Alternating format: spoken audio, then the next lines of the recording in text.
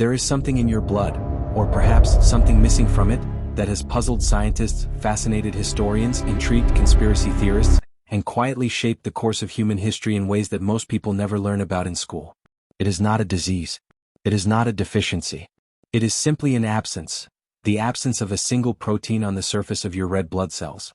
And yet, that absence has been the subject of more scientific papers, more wild speculation, more quiet wonder, and more genuine medical importance than almost any other quirk of human biology. We are talking about Rh-negative blood, specifically about the rhesus factor, a protein that sits on the surface of red blood cells in approximately 85% of the human population.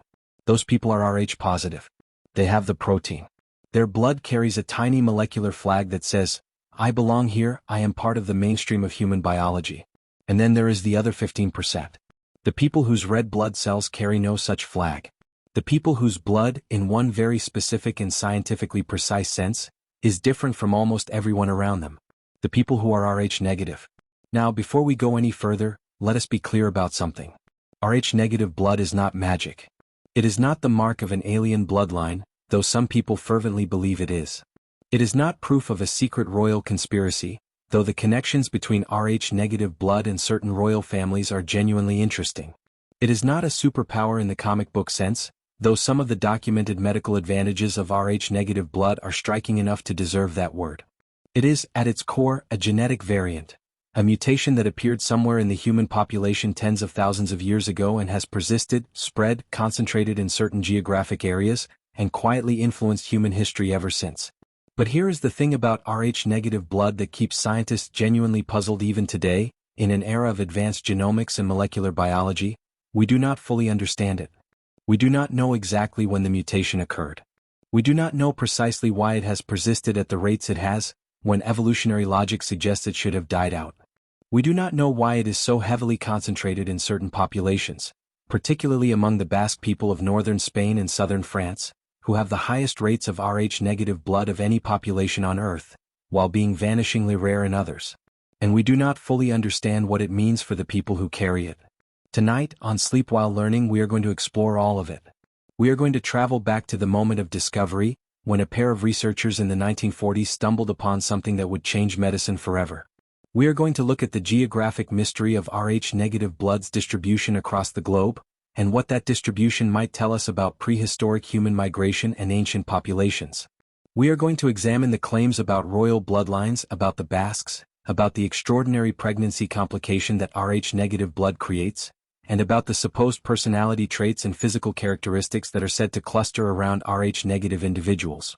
And we are going to try, carefully and honestly, to separate what science actually knows from what folklore, speculation, and wishful thinking have added to the story. So settle in. Let the day's concerns drift away. Let your breathing slow and your body relax into wherever you are resting right now. Because the story of Rh negative blood is one of the most genuinely strange, scientifically fascinating, and historically rich stories in all of human biology, and we are just getting started. In 15% of humanity, something is missing from the blood. That absence has puzzled scientists for nearly a century, and the mystery is deeper than most people realize. New York, 1940. The story begins, as so many great scientific stories do, with an accident. In 1937, a researcher named Philip Levine was working at what was then called the Rockefeller Institute for Medical Research in New York City. Levine was interested in blood, specifically in the ways that blood could behave unexpectedly, causing reactions when it should not, failing to be compatible when compatibility seemed guaranteed. He was, in the language of his field, a blood immunologist, and he was about to make one of the most important discoveries in the history of medicine. The case that would change everything involved a woman who had received a blood transfusion from her husband. A transfusion that, by all the established rules of blood typing at the time, should have been completely safe. The husband and wife had the same blood type. The transfusion should have been routine. Instead, the woman had a severe and nearly fatal reaction. She survived, but the question haunted Levine. Why? How could compatible blood cause such a violent immune response? The answer emerged 3 years later, in 1940, when Karl Landsteiner and Alexander Wiener, working independently, discovered that blood contains not just the ABO factors that had been known since 1901, but an additional antigen. They found it by injecting rhesus monkey blood into guinea pigs and rabbits, which produced an antibody that reacted with the blood of approximately 85% of human blood samples. They called this new factor the rhesus factor, after the monkeys that had led them to it. The 85% of humans whose blood reacted to the antibody were designated rhesus positive. The remaining 15%, whose blood did not react, were designated rhesus negative. When Levine heard about this discovery, the pieces of his puzzle suddenly fit together. The woman who had nearly died from her husband's blood was rhesus negative. Her husband was rhesus positive. During a previous pregnancy, she had been sensitized. Her immune system had encountered her baby's rhesus-positive blood and had built antibodies against the rhesus factor. When her husband's rhesus-positive blood entered her body during the transfusion, her immune system attacked it as a foreign invader. The near-fatal reaction was not an accident or a medical mystery. It was her immune system doing exactly what immune systems are supposed to do, defending the body against something it had learned to recognize as dangerous. What the rhesus factor actually is. The rhesus factor, more precisely called the RHD antigen, is a protein. Specifically, it is a transmembrane protein, meaning it sits embedded in the outer membrane of red blood cells, with portions of its structure exposed on the cell surface. In people who are Rh positive, this protein is present on every red blood cell. The immune system learns to recognize it as self, as part of the body's own biology, and leaves it alone. In people who are Rh negative, this protein is absent. Their red blood cells have no RHD antigen on their surface.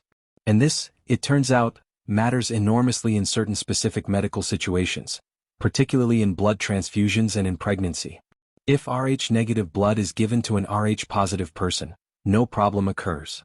But if Rh positive blood is given to an Rh negative person, their immune system, encountering the foreign RHD protein for the first time, may mount an immune response, producing anti-RHD antibodies that will attack Rh-positive red blood cells. This is called Rh incompatibility, and in its most severe forms, it can be life-threatening. The genetic basis of Rh-negative blood is now well understood. The RHD antigen is encoded by a gene called RHD, located on chromosome 1. In people who are Rh-positive, this gene is present and functional.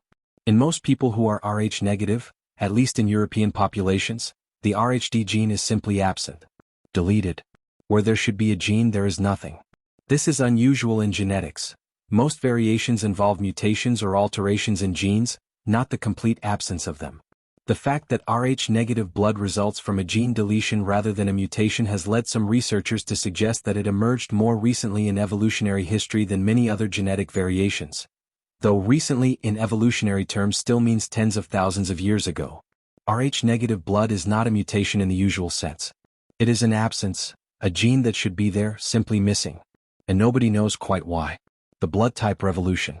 The discovery of the rhesus factor transformed medicine. Before 1940, blood transfusions were already common, but they were still fraught with unexplained complications. Some transfusions worked perfectly. Others caused severe reactions that doctors could not explain. The discovery of the rhesus factor explained many of these reactions and made transfusion medicine dramatically safer. It also opened the door to understanding one of the most tragic and previously inexplicable complications of pregnancy, a condition that, before the discovery of the rhesus factor and the subsequent development of treatments, killed tens of thousands of babies every year. Within a decade of Landsteiner and Wiener's discovery, blood typing for the rhesus factor became standard practice in hospitals around the world. The simple test, exposing a blood sample to anti-RHD antibody and checking whether it clumps, could be performed quickly and cheaply, and it saved countless lives. Today, blood typing for both the ABO system and the rhesus factor is so routine that most people simply know their blood type as a single designation: A positive, O negative, AB positive, and so on. A map that raises questions. If Rh-negative blood were simply a random genetic mutation that had spread uniformly through the human population, we would expect to find it distributed more or less evenly around the world, perhaps with some variation due to the random processes of genetic drift, but without any dramatic geographic concentrations. What we actually find is something quite different, and considerably more interesting. Rh-negative blood is not distributed evenly. It is concentrated in specific geographic areas and in specific populations in ways that are striking enough to demand explanation. At the extreme end, approximately 30 to 35% of Basque people, the ancient population of the Pyrenees Mountains on the border between modern Spain and France, are Rh-negative. This is the highest rate of Rh-negative blood in any population on Earth, and it is roughly twice the rate found in the general European population. Moving outward from the Basque heartland, Rh-negative rates decline in a gradient that is almost perfectly consistent with distance from the Basque region. Among other Western Europeans, the Spanish, the French, the British, the Irish, the Scots, Rh-negative rates range from about 15 to 25%. Among Eastern Europeans, the rates drop to around 10 to 15%. Moving further afield into the Middle East and Central Asia, rates drop to 5 to 10%. And among East Asian populations, the Chinese, Japanese, Koreans and their neighbors, Rh-negative rates are typically below 1%. Among indigenous African populations and among indigenous Australian Aboriginal peoples, Rh-negative rates are similarly low. The Basque enigma. The Basques are, by any measure, one of the most extraordinary populations on Earth. They speak a language, euskera, that is unlike any other language in the world.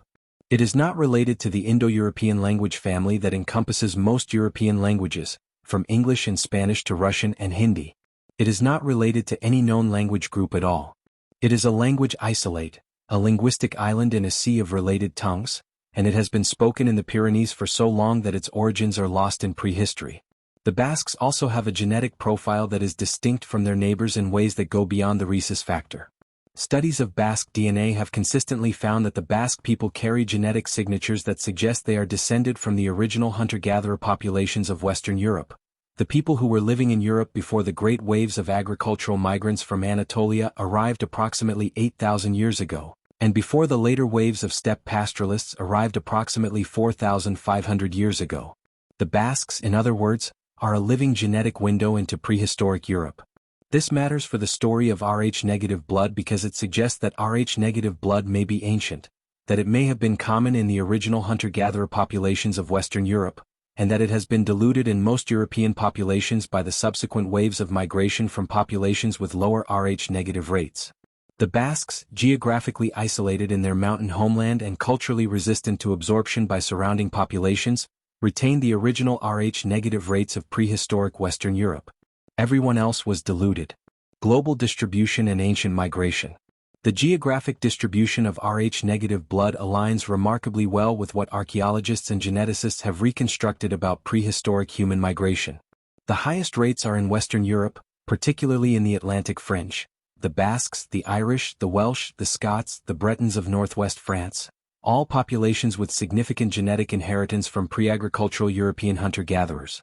The rates decline as one moves east and south, tracking the dilution of this ancient genetic inheritance by later migrations. One of the most intriguing geographic patterns involves the ancient Berber populations of North Africa, particularly in Morocco and the Atlas Mountains. These populations have Rh-negative rates of around 10 to 15%, which is notably higher than in sub-Saharan Africa but lower than in Western Europe. Some researchers have suggested that this reflects ancient connections between North African and Western European populations, connections that predate recorded history but that may have involved the movement of people across what is now the Strait of Gibraltar during periods when sea levels were lower and the crossing was easier. The map of Rh-negative blood is also a map of ancient humanity, a genetic record of migrations and populations that predate written history by tens of thousands of years. The phrase blue blood, used across European cultures for centuries to denote noble or royal ancestry, has its origins in the visible veins of fair-skinned aristocrats, which appeared blue through their pale skin. But there is another connection between royalty and blood that is both more literal and more medically significant: the extraordinary prevalence of certain rare blood conditions among the royal families of Europe, conditions that have shaped the course of history in ways that most history books barely touch upon. The most famous of these is hemophilia, specifically hemophilia B, also called Christmas disease. Hemophilia is a condition in which the blood lacks a specific clotting factor, making it extremely difficult for wounds to stop bleeding. In severe cases, even minor injuries can lead to life-threatening hemorrhage. Hemophilia B affects approximately 1 in 30,000 males, making it rare in the general population. Among the royal families of 19th and 20th century Europe, it was almost commonplace. The source of this royal hemophilia was Queen Victoria of England, who reigned from 1837 to 1901 and who was, genetically speaking, a carrier of the hemophilia B mutation. Victoria herself did not have hemophilia. Women can carry the gene without being affected, but she passed it to several of her children and grandchildren, who then married into virtually every major royal family in Europe. Her son Leopold had hemophilia. Her daughters Alice and Beatrice were carriers. Through her descendants, hemophilia spread to the royal families of Germany, Russia, and Spain, the Romanovs and Rasputin. The most historically consequential case of royal hemophilia involved Alexei Romanov, the only son and heir of Tsar Nicholas II of Russia. Alexei had inherited hemophilia through his mother Alexandra, who was Queen Victoria's granddaughter. He suffered from severe hemophilia B, and his condition was a closely guarded state secret. The heir to the Russian throne was not expected to live to adulthood, and the knowledge of his condition could have destabilized the regime. It was Alexei's hemophilia that brought Grigory Rasputin into the inner circle of the Russian royal family. Rasputin, the mysterious Siberian mystic whose influence over the Romanovs scandalized Russian society and contributed to the revolutionary sentiment that would ultimately destroy the dynasty, was introduced to Alexandra because he appeared to have the ability to relieve Alexei's suffering during hemophilia crises. Whether through hypnosis, some genuine medical knowledge of how to reduce bleeding, or simple luck in timing, Rasputin's treatments seemed to work often enough that Alexandra became utterly dependent on him. The connection between royal hemophilia and the rhesus factor is indirect but interesting. Both conditions represent ways in which the blood of royalty, through the combination of rare genetic variants and the marriage practices of royal families, which concentrated those variants through intermarriage, diverged from the blood of the general population. The royals were not, as some conspiracy theorists claim, literally a different species. But their genetic isolation through carefully managed marriage alliances did produce genuine, medically significant differences in their blood. Rh-negative and the aristocracy. The direct connection between Rh-negative blood and European royalty is more difficult to document precisely, because systematic blood typing of historical royals has not been possible. However, the circumstantial connections are intriguing. The populations with the highest rates of Rh-negative blood, the Basques, the Welsh, the Irish, the Scots, are also populations with long traditions of aristocratic self-governance and cultural distinctiveness. The ancient Celtic aristocracies of Britain and Ireland, the Basque noble houses, and the various royal families of Atlantic Europe all drew from populations that were genetically rich in Rh-negative blood. Some researchers have noted that if the original pre-agricultural populations of Western Europe had high rates of Rh-negative blood, as the Basque evidence suggests, then the aristocratic families of medieval and early modern Europe, which frequently claimed descent from ancient native lineages rather than from the later migrant populations, may have had higher rates of Rh-negative blood than the general population. This is speculative, but it is not implausible, and it gives a certain literal meaning to the idea of blue blood as a marker of ancient pre-migration ancestry. Before we explore the more colorful theories about where Rh-negative blood came from, let us establish what science actually knows, which is considerable though not complete. The current scientific consensus is that Rh-negative blood arose from a mutation, specifically, a deletion of the Rhd gene, that occurred in the human population somewhere between 35,000 and 70,000 years ago. The wide range reflects genuine uncertainty. The tools for dating genetic events of this kind have improved enormously in recent decades, but they are not yet precise enough to narrow the window much further. The most likely geographic origin for the Rhd gene deletion is in the population of Western European hunter-gatherers who inhabited the Atlantic fringe of Europe during the Upper Paleolithic period. This population, the ancestors of the modern Basques, among others, was genetically isolated from other human populations by geography and by the challenges of crossing the mountain ranges and seas that separated Western Europe from the rest of the continent. In this isolation, a genetic variant that might otherwise have been diluted away persisted and spread within the population. The reason the variant persisted is not entirely clear. Normally, a genetic variant that causes problems, and Rh-negative blood does cause serious problems in pregnancy as we will discuss, should be selected against by evolution. The fact that Rh-negative blood has persisted at relatively high rates suggests either that it carried some advantage that outweighed its reproductive costs, or that random genetic drift in small isolated populations allowed it to persist despite its costs, or both.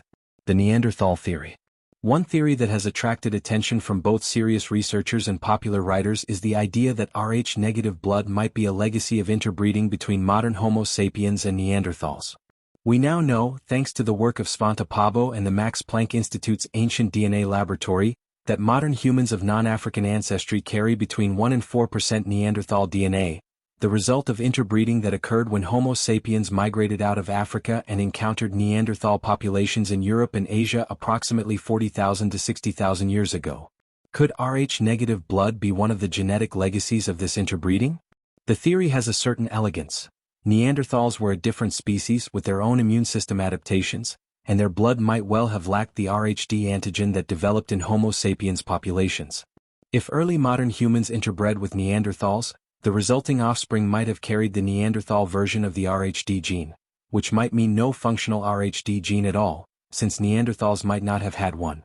The problem with this theory is that we do not yet have good enough ancient DNA from Neanderthals to confirm or deny it. The RHD gene region has not been successfully sequenced in Neanderthal remains. So the theory remains speculative, attractive and not impossible but unconfirmed. The alien bloodline theory. We would be failing in our duty to tell this story completely if we did not mention the alien bloodline theory, the idea popular in certain corners of the internet and in certain speculative books, that Rh-negative blood is the result of genetic intervention by extraterrestrial beings. According to this theory, ancient aliens, the Anunnaki of Sumerian mythology, or various other proposed extraterrestrial civilizations, genetically modified early humans, and Rh-negative blood is the marker of this modification. The people who carry it, in this view, are literally part alien. We can say clearly and directly, there is no scientific evidence for this theory. None. The genetic evidence for the origin of Rh-negative blood is entirely consistent with normal evolutionary processes within human populations, and there is no genetic signature in Rh-negative individuals that suggests anything other than a perfectly ordinary, if unusual, human genetic variant. The theory is imaginative, and it clearly speaks to something deep in the human desire to feel special or chosen. But it is not supported by evidence. What is true, and genuinely interesting without requiring extraterrestrials, is that Rh-negative blood is unusual enough to demand explanation, and that the explanation we have is incomplete. Science does not yet have a full account of why Rh-negative blood persists at the rates it does, or what advantages it might confer. The honest answer to many questions about Rh-negative blood is, we do not fully know. And that genuine scientific uncertainty is, in many ways, more interesting than any theory that pretends to have all the answers. The most honest thing science can say about Rh-negative blood is this: we know it is ancient, we know it is unusual, and we do not fully understand why it is here. Of all the consequences of Rh-negative blood, the most dramatic, and historically the most deadly, is what happens when an Rh-negative mother carries an Rh-positive baby. This situation, called Rh incompatibility, is one of the most striking examples in all of biology of a conflict between the interests of a mother and the interests of her unborn child, a conflict played out at the molecular level, in the blood, with potentially fatal consequences for the child. Here is what happens. An Rh-negative woman has no RHD antigen on her red blood cells. Her immune system has never encountered the RHD protein and has no antibodies against it. During a first pregnancy with an Rh-positive baby, a baby who has inherited the RHD gene from its Rh-positive father, the situation is usually fine.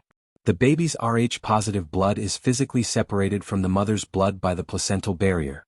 Some mixing occurs, particularly during delivery, but typically not enough to trigger a significant immune response in the mother during the first pregnancy. The problem comes with subsequent pregnancies. During delivery of the first Rh-positive baby, a significant amount of the baby's Rh-positive blood enters the mother's circulation.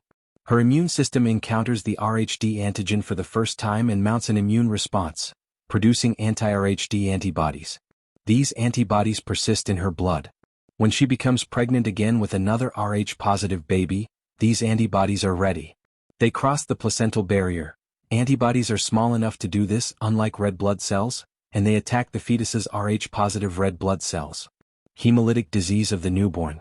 The resulting condition is called hemolytic disease of the newborn, and before the development of effective treatments in the 1960s and 1970s, it was a major cause of stillbirth and neonatal death worldwide. Hemolytic means destroying red blood cells, and that is precisely what happens when a sensitized Rh-negative mother's antibodies attack her Rh-positive fetus. The fetus's red blood cells are destroyed faster than they can be replaced. The fetus becomes severely anemic. In the worst cases, the heart fails, massive fluid accumulation occurs throughout the body, and the fetus dies before birth. Babies born alive with severe hemolytic disease were often jaundiced, deeply yellow-skinned from the bilirubin produced by the breakdown of their destroyed red blood cells, and many died within days unless they received blood transfusions. In some cases, exchange transfusions were performed. The baby's blood was essentially replaced, one small amount at a time, with compatible blood, a procedure that was dangerous but that saved lives. The scale of the problem before effective treatment was substantial. It is estimated that in the era before treatment, hemolytic disease of the newborn caused the death of approximately 1 in every 200 to 300 babies in populations with significant Rh-negative rates. A staggering toll, concentrated particularly in the Western European populations where Rh-negative blood was most common. The rhesus program, one of medicine's greatest triumphs. The development of Rh immune globulin, a treatment that prevents Rh-negative mothers from becoming sensitized in the first place, is one of the great success stories of 20th century medicine. The treatment, developed in the 1960s and widely implemented from the 1970s onward, works by giving Rh-negative mothers an injection of anti-Rhd antibodies shortly after delivery. These injected antibodies destroy any fetal Rh-positive red blood cells that have entered the mother's circulation before her own immune system can respond to them. The mother never becomes sensitized. Her next pregnancy is as safe as her first. The implementation of Rh immune globulin programs has virtually eliminated hemolytic disease of the newborn as a serious medical problem in developed countries. Today, an Rh-negative woman who receives appropriate prenatal care and Rh immune globulin injections faces no greater pregnancy risk than an Rh-positive woman. The treatment is simple, cheap, and extraordinarily effective. It is, in the most literal sense, a triumph of understanding biology deeply enough to work with it rather than against it. Before 1970, being born Rh-positive to an Rh-negative mother was one of the most dangerous things a baby could be. One injection changed everything. The list of claimed traits. If you spend any time on the internet reading about Rh-negative blood, you will quickly encounter a remarkably consistent list of claimed physical and psychological traits that supposedly characterize Rh-negative individuals. Higher than average IQ. A tendency toward red or auburn hair. Blue, green, or hazel eyes rather than brown. Unusually high or low blood pressure. Sensitivity to heat. A higher body temperature. Empathy and emotional sensitivity. Psychic or intuitive abilities. A sense of not quite belonging. A tendency to be an outsider. The list is long, specific, and consistent across dozens of websites and several books. It is also almost entirely unsupported by rigorous scientific research. Let us be precise about this. The claims about Rh-negative blood and personality traits, psychic abilities, higher IQ, or specific physical characteristics are not scientific claims. They are folklore, interesting, persistent, and clearly meaningful to many people, but not established by the kind of controlled, peer-reviewed research that would be required to take them seriously as medical or biological facts. What science actually finds.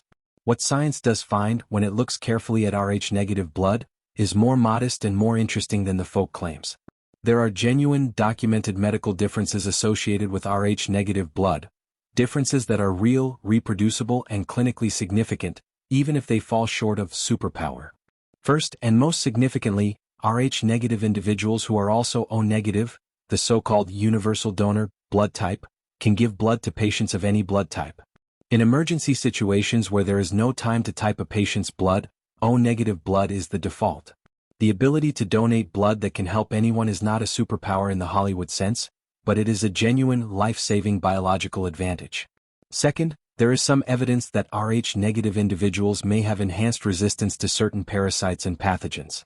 The Toxoplasma gondii parasite, a brain parasite carried by cats and found in undercooked meat that infects an estimated one-third of the world's human population, appears to affect Rh-positive and Rh-negative individuals differently.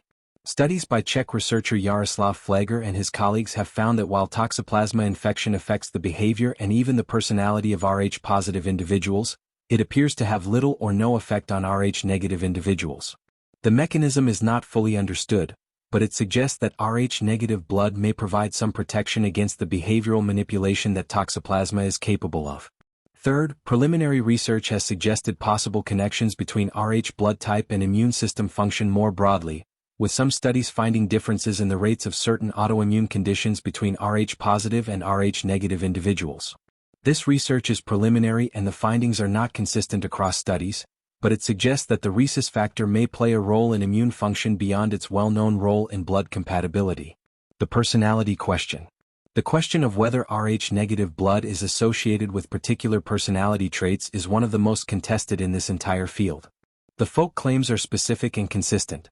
Rh-negative individuals are said to be more intuitive, more empathic, more psychically sensitive, and more likely to feel like outsiders who do not quite fit in with the world around them. There is no rigorous scientific study that supports these specific claims. However, there is a more subtle and interesting question lurking here. Could there be any pathway by which a blood protein, or its absence, could influence brain function and personality? The answer, surprisingly, is not impossible. The rhesus proteins are expressed not just in red blood cells but also in certain cells of the brain and nervous system.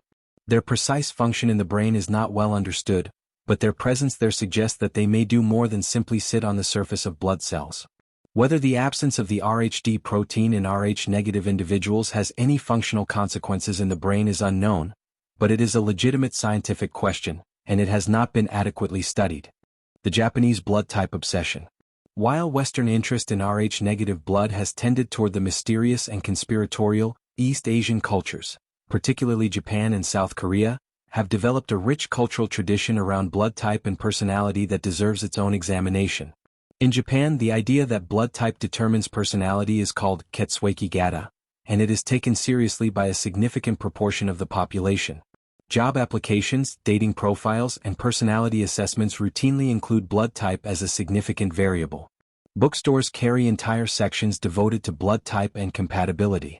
Television programs discuss blood type horoscopes. Blood type has, in Japanese culture, assumed the role that star signs play in Western astrological traditions. The 4 blood types of the ABO system are each associated with specific personality profiles in Japanese blood type theory. Type A individuals are said to be organized, reliable, sensitive, and anxious, classic perfectionist personalities. Type B individuals are said to be creative, selfish, irresponsible, and passionate. Type O individuals are said to be confident, insensitive, self-centered, and strong leaders. Type AB individuals, the rarest type, are said to be rational, indecisive, and emotionally complex. These associations are widely known and widely believed, despite the fact that scientific studies have consistently found no reliable correlation between ABO blood type and personality. The origins of blood type personality theory. The Japanese blood type personality theory has a surprisingly dark origin.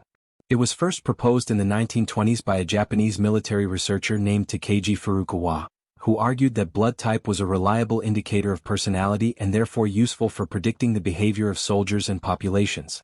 Furukawa's theory was taken up by the Japanese military during the 1930s and was used, at various points, to select soldiers for specific roles and to make administrative decisions about colonial populations in Korea and Manchuria. The theory fell out of fashion after World War II but was revived in the 1970s by a television journalist named Masahiko Nomi, whose popular books on blood type personality launched the modern Japanese cultural obsession with blood type.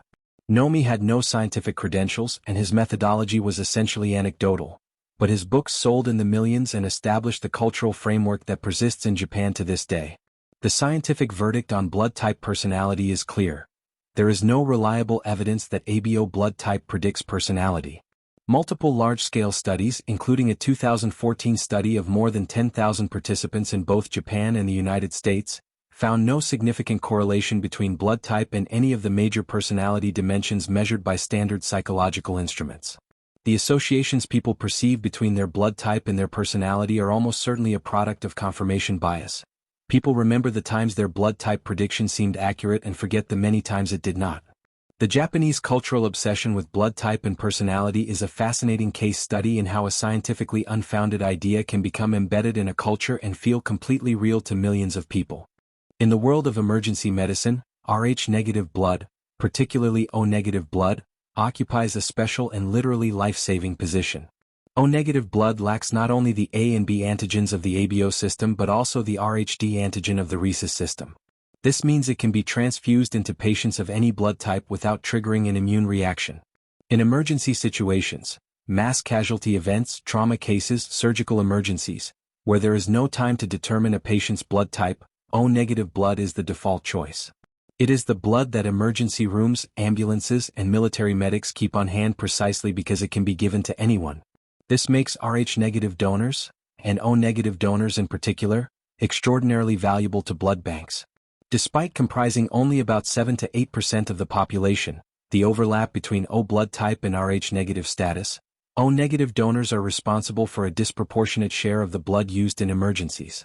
Blood banks around the world actively recruit O-negative donors and typically maintain larger reserves of O-negative blood than of other types, precisely because demand for it in emergency situations can spike unpredictably. Rh-negative and cutting-edge research.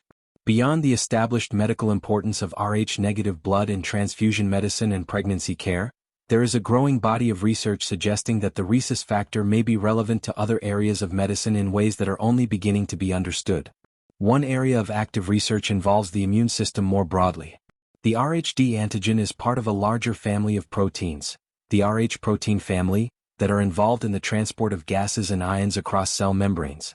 Recent research has found that Rh proteins play roles in the transport of carbon dioxide and ammonia across red blood cell membranes, suggesting that their function is more complex than simply being antigens that the immune system can learn to attack.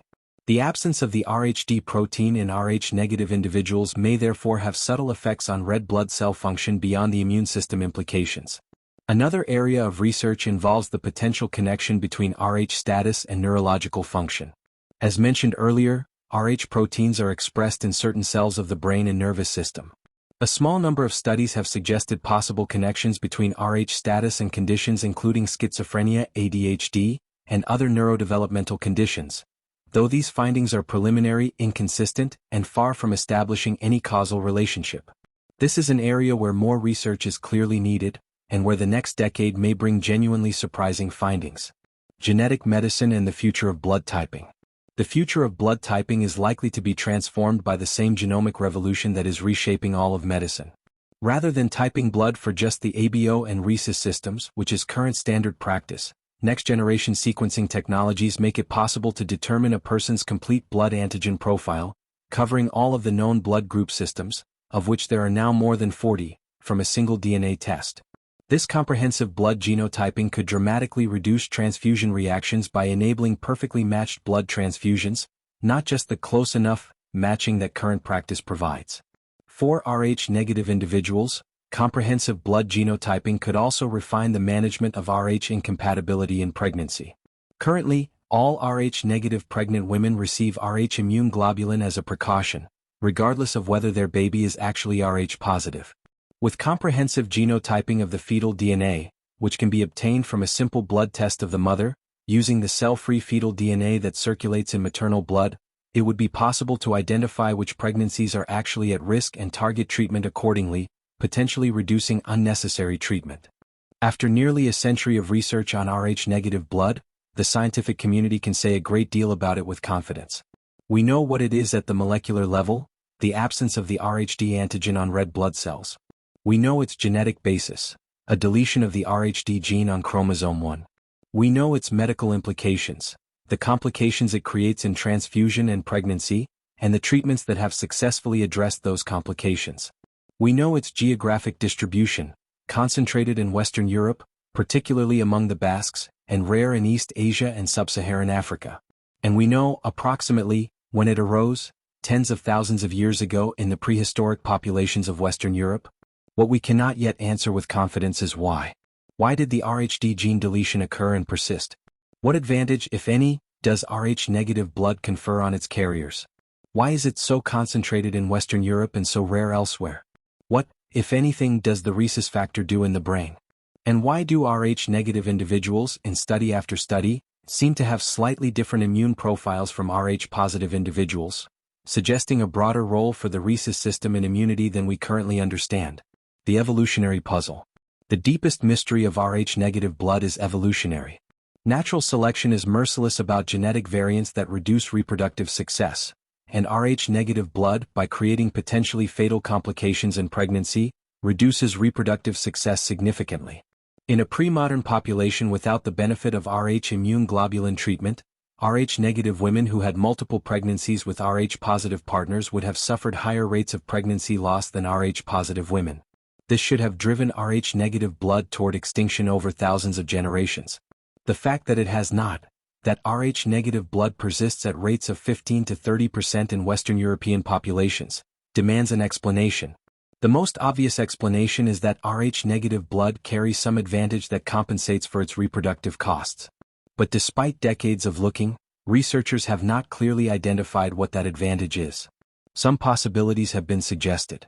Resistance to certain parasites or pathogens, as the Toxoplasma research suggests, could be one. Enhanced function in some aspect of the immune system could be another. It is even possible that the advantage has nothing to do with immunity or health, but rather with some social or behavioral trait that made Rh-negative individuals more successful in the specific social environments of prehistoric Western Europe. We simply do not know. The conspiracy theories and what they tell us. The persistence and vitality of conspiracy theories about Rh-negative blood, the alien bloodline theory, the royal reptilian bloodline theory, the theories about secret societies of Rh-negative individuals, tell us something important not about blood but about human psychology. People who discover they are Rh-negative often describe a sense of recognition, of finally having an explanation for a lifelong feeling of being different or out of place. The rarity of Rh-negative blood makes it feel special. The genuine scientific uncertainty about its origins and functions makes it a perfect canvas for projection. There is nothing shameful about finding meaning and identity in one's blood type. But the conspiracy theories are not just harmless self-mythology. They sometimes shade into something darker. Claims about Rh-negative people being a superior race, connected to alien royalty, destined for special roles. These claims are not scientifically supported, and they can reinforce exactly the kind of othering thinking that human societies have suffered from throughout history. The genuine story of Rh-negative blood, the real story grounded in science and history, is actually more interesting than any conspiracy theory. It is a story about the astonishing persistence of ancient genetic variants, about the complex relationship between human populations and their environments, about the extraordinary sophistication of the immune system, and about the ways in which biology shapes history in ways that we are only beginning to understand. The real mystery of Rh-negative blood needs no aliens or conspiracies to be extraordinary. The truth is strange enough and deep enough to last a lifetime of wondering. We have traveled a long way tonight, through the laboratories of 1940s New York and the mountain valleys of the Basque country, through the palaces of European royalty and the cutting-edge research laboratories of modern genomics, through the genuine medical triumphs and the wilder shores of speculation that have surrounded Rh-negative blood for nearly a century. And now, as we come toward the end of our journey, I want to offer something that I hope will carry you into sleep with a sense of wonder rather than unease. Whatever your blood type, positive or negative, A or O or B or AB, you carry in your blood a story that stretches back tens of thousands of years. Your blood is not just the fluid that keeps you alive in the most immediate, mechanical sense. It is a biological archive, a record of the populations your ancestors were part of, the environments they survived, the diseases they resisted, the journeys they made across continents and across centuries. Every quirk and variant in your blood is a chapter in a story that began long before any human being could write one down. Rh-negative blood is one of the most interesting of these chapters. Ancient, puzzling, medically significant, and still not fully understood. The people who carry it are not aliens or royalty or members of a secret elite. They are simply people who have inherited a particular genetic variant from particular ancestors who lived in particular places tens of thousands of years ago. But in that simplicity is a kind of wonder because it means that every Rh-negative person alive today is connected, through an unbroken chain of biological inheritance, to the hunter-gatherers of prehistoric Western Europe, to the ancestors of the Basques, to the original human populations of the Atlantic Fringe. And in a broader sense, every human being, Rh-positive or negative from any part of the world, is connected to every other. The differences in our blood are real but small. They are variations on a theme, not different songs. We are all, in the most literal biological sense, family. We share a common ancestor somewhere in our deep past. A man or woman who walked the earth tens of thousands of years ago and whose blood, in one form or another, flows in all of us. The blood that shouldn't exist, it turns out, exists for the same reason all of us exist. Because the universe is strange and life is tenacious, and the paths of evolution are winding and surprising and full of mysteries that we have barely begun to explore. The mystery of Rh-negative blood is not a problem waiting to be solved and then forgotten. It is an invitation to look more carefully at who we are, where we came from, and how much we still have to learn about the extraordinary biological machinery that carries us through our lives. Sleep well tonight, knowing that whatever is in your blood, it has a story. And the story is long and old and stranger than you might have imagined and not yet finished. The scientists are still working. The mysteries are still open. And the blood, as always, keeps moving. Whatever is in your blood, it has a story. Long, old, and stranger than you imagined, and not yet finished.